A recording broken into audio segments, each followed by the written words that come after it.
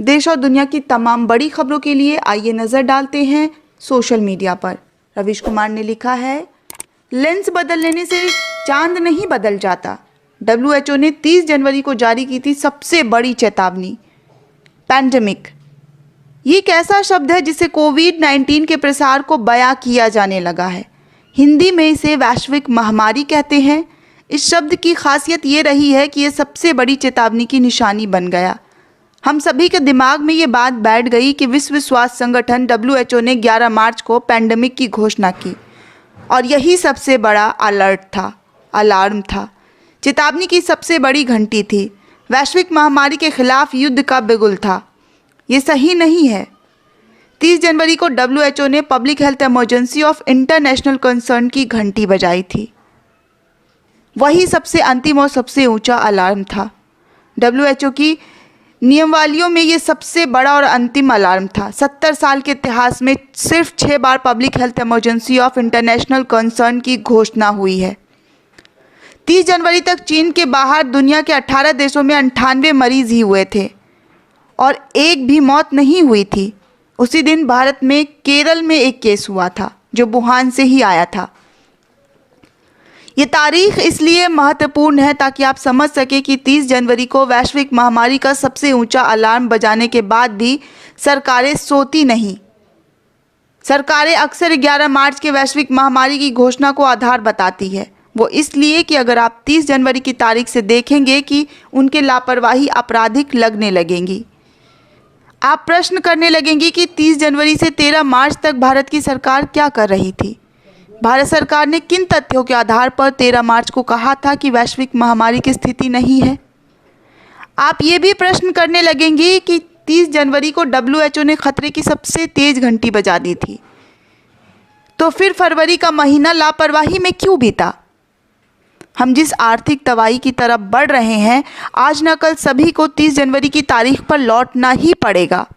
Media भले ही तारीख की समझ बदल दे, मगर आर्थिक तबाही की बेचैनियां गोदी मीडिया के झूठ से नहीं दबेगी। WHO यानी विश्व स्वास्थ्य संगठन पर हमले इसलिए भी होते हैं ताकि जनता को लगे सारी गलती WHO की है, सरकारों की नहीं। ध्यान रहे कि 11 मार्च के बाद भी कई सरकारें जागी हैं और उन्होंने ऐसे कदम उठाए जिससे वे संक्रमण के प्रकोप को नियंत्रित और आर्थिक नुकसान को कम करने में सफल रहे हैं। मगर कई ऐसे सरकार अपनी लापरवाही, अहंकार और तमाशे के दम पर तैयारियों का झांसा देती रही। वो तो सफल रही, मगर जनता लंबे समय के लिए आर्थिक दुर्दिन में चली गई।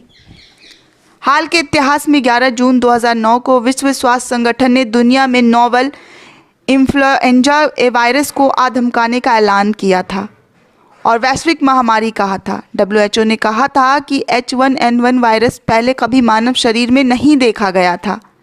ये वायरस बिल्कुल नया है, बहुत आसानी से एक आदमी से दूसरे आदमी में फैलता है। उस वक्त 74 देशों में H1N1 के 30,000 केस सामने आए थे। WHO ने कहा था कि उनके पास जो साक्ष्य है, एक्सपर्ट की राय है, उसके आधार पर इमरजेंसी कमेटी ने बताया है इस बीमारी को दुनिया भर में फैलने की आशंका है। ये वैश्विक महामारी है। 2009 में H1N1 की शुरुआत में ही WHO ने दुनिया को अलर्ट कर दिया था।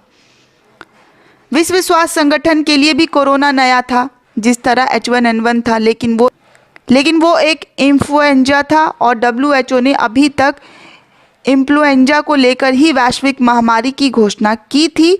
यह पैंडेमिक शब्द का इस्तेमाल हुआ था। 30 जनवरी को पहली बार कोविड-19 के लिए पैंडेमिक की घोषणा हुई थी। WHO ने कभी तालाबंदी का सुझाव नहीं दिया था। तालाबंदी की नकल सबसे चीन से शुरू कर दी। चीन ने वुहान को पूरी तरह बंद कर दिया था। इसका मतलब ये है कि महामारी से लड़ने के लिए देश क्या करेंगे, ये उनके अपने विवेक पर निर्भर करता है। 11 मार्च को जब वैश्विक महामारी का नाम दिया गया था, तब उस दिन WHO की तरफ से जारी प्रेस रिलीज जारी की गई थी। उसमें 7 सुझाव लिखे थे। पहला था, तथ्यों के आधार पर तैयारियां और फैसला हो। अंतर्राष्ट्रीय व्यापार और यात्राओं में दखल देने की ज़रूरत नहीं है। वैक्सीन की खोज की गति तेज़ हो। कमज़ोर स्वास्थ्य सेवाओं वाले देशों की मदद की जाए। अफवाहों और गलत सूचनाओं को रोका जाए। अपनी तैयारियों की समीक्षा करते रहें। डेटा और जानकारी साझा करें। ये विज्ञान का समय है, तथ्यों का समय है। 2005 में एक इंटरनेशनल हेल्थ रेगुलेशन बना था।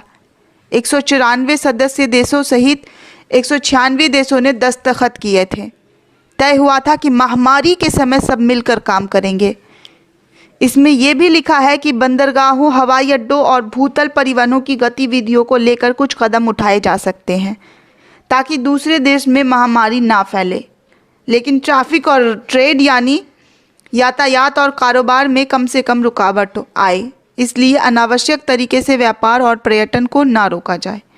30 जनवरी को जब विश्व स्वास्थ्य संगठन ने पब्लिक हेल्थ इमरजेंसी की चेतावनी जारी की थी, तब भी कहा था इस वक्त तक जो जानकारियां उपलब्ध हैं उनके आधार पर अंतर्राष्ट्रीय व्यापार और यात्राओं पर रोक नहीं लगनी चाहिए। बेशक विश्व स्वास्थ्य संगठन को लेकर अलग अलग तरह से आलोचना होती रहती है, इस वक्त भी होती है, लेकिन असली कसूरवार जो है वो इन आलोचनाओं से बचने का प्रयास करता है। विश्व स्वास्थ्य संगठन एक सलाह देने वाली संस्था है। अगर अनिवार्य संस्था होती तो दिन भर स्वास्थ्य मंत्रालय WHO से बैठक करता रहता। बहरहाल आलोचनाओं को लेकर अलग से लेख लिखे जा सकते हैं, लिखे भी जा रहे हैं। इस लेख का मतलब सीमित है। इतना बताना है कि विश्व स्वास्थ्य संगठन ने 30 जनवरी को दुनिया को अपनी सबसे ऊंची चेतावनी दे दी थी। ताइवान, न्यूजीलैंड, दक्षिण कोरिया, जर्मनी जैसे देशों ने उस चेतावनी को ठीक से सुना और आज वो उस चेतावनी को ना सुनने वाले देशों की तुलना में ज़्यादा निश्चिंत है। भारत जैसे दृश्य किसी भी देश में नहीं हुआ कि लाखों लोग सड़कों पर भूखे प्यासे भटक रहे हैं और सरकारों की वाहवाही हो रही है। और अंत में एक नोट,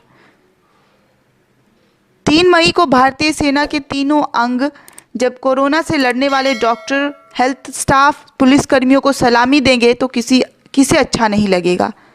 सेना का कोई भी प्रदर्शन भव्य ही होता है। सेना सभी का शुक्रिया अदा करेगी। आसमान में विमान उड़ेंगे और सागर में अलग अलग पोत मिलकर सामान के आकार बनाएंगे। अद्भुत दृश्य तो होगा, लेकिन क्या हम सेना से वाकई आंख मिलाने लायक तैयारी कर चुके हैं? जिस स्तर की तैयारी सेना की होती है, क्या कोरोना से लड़ने की तैयारियों से हम उसे मैच कर सकते हैं? तालाबंदी तीसरी बार बढ़ाई गई है। इसका मतलब है कि इसे सफलता नहीं मिली है। पहले की असफलताओं पर पर्दा डालने के लिए तालाबंदी की गई ताकि जनता कड़े निर्णय की भव्यता से चकित हो जाए। हो भी गई। तालाबंदी भले ही फेल रही हो, लेकिन इस मामले में तालाबंदी सफल हो गई, जो उसका मकसद नहीं था। सेना के समक्ष जाने से पहले क्या हम आश्वस्त हैं कि तालाबंदी के दौर में हमने स्वास्थ्य तैयारियों को दुरुस्त कर लिया है? कोरोना से संक्रमित मरीजों की संख्या बढ़ती जा रही है। भले महामारी 100 किलोमीटर प्रति घंटे की रफ्तार नहीं फैल रही, लेकिन उसकी रफ्तार 60 किलोमीटर घंटे की तो है ही। भारत ने तालाबंदी के इतने लंबे दौर में एक भी दिन ऐसा हासिल नहीं किया जब कोई केस नहीं आया। भारत ने सैंपल टेस्ट की संख्या ज़रूर बढ़ाए, मगर उसके बढ़ने की रफ्तार धीमी है। अभी भी हमारे पर्याप्त टेस्ट नहीं कर रहे हैं। हर बार नीति बदलकर टेस्ट ना करने की ज़रूरतों को सही ठहराया जा रहा है। एक बात याद रखिएगा, कैमरे का लेंस बदल लेने से चांद नहीं बदल जाता। तालाबंदी के दौर में लाखों लोग अपनी नौकरी गंवा चुके हैं, सैलरी गंवा चुके हैं। उनके पास टैक्स देने या EMI देने के पैसे नहीं हैं। सरकारी कर्मचारियों को भी कटौती का सामना करना पड़ रहा है। जाहिर है हमारी आर्थिक स्थिति बुरी है। क्या IT सेल के डर से कोई ये सवाल पूछने का साहस कर पाएगा कि जब एक एक पैसा काटा जा रहा है तो सेना के त्रिलोकीय प्रदर्शन पर कितना पैसा खर्च होगा? क्या वो खर्चा जायज़ है? क्या अच्छा नहीं होता कि हम अपनी तैयारियों से दुनिया को हतप्रभा कर देते, न्यूजीलैंड और ताइवान की तरह पहले चरण में कोरोना पर काबू पा लेते और फिर सेना के सामने जाकर उसे सलामी देते, सेना से सलामी लेते? झूठ पर पर्दा डालकर सेना के बलिदान और शौर्य के सामने जब सलामी के लिए हाथ उठे तो याद रखिएगा, एक सैनिक सिर्फ सत्य के लिए जान देता है, वो सत्य की रक्षा करता है।